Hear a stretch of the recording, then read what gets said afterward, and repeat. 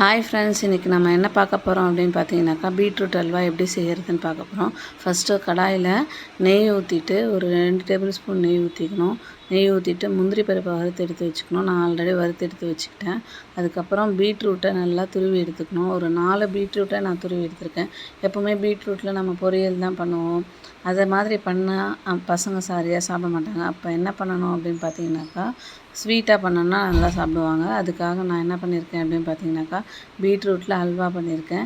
So இப்போ வந்து அதை நல்லா வதக்கிட்டேன். நல்லா வதங்கணும். அது நெய்யில் வதக்குனதுக்கப்புறம் அது மூழ்கிற அளவுக்கு கொஞ்சமாக பால், ஒரு டம்ளர் இல்லைன்னா 1 1/2 டம்ளர் ஆஃப் பாலை வந்து அந்த பீட்ரூட்டில் அப்படியே ஊற்றிக்கணும். ஊற்றிட்டு அதை நல்லா கொதிக்க விடணும். அது வந்து பால் வந்து நல்லா சுண்டி வர வரைக்கும் அந்த பால்லே என்ன ஆகணும் அப்படின்னு பார்த்தீங்கன்னாக்கா, அந்த பீட்ரூட் வந்து என்ன ஆகணும், வேகணும். அது நல்லா வேகிற வரைக்கும் நம்ம பொறுமையாக கிண்டி விட்டுக்கிட்டே இருக்கணும். அதுக்கப்புறம் அது வெந்துருச்சா இல்லையான்னு இன்பிட்வீனில் செக் பண்ணணும். ஸோ நம்ம என்ன பண்ணிகிட்ருக்கோம் அப்படின்னு பார்த்தீங்கன்னாக்கா, இப்போ பாலில் அந்த பீட்ரூட்டை நல்லா வதக்கிக்கிட்டு இருக்கோம். ஸோ நான் வந்து என்ன பண்ணுவேன் பீட்ரூட்டில் அப்படின்னாக்கா,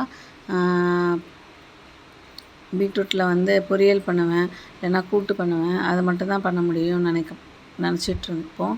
ஆனால் இப்போ ஸ்வீட்டும் பண்ணலாம். இதில் வந்து இப்போ 1 டம்ளர் ஆஃப் சுகர் ஆட் பண்ணியிருக்கேன்.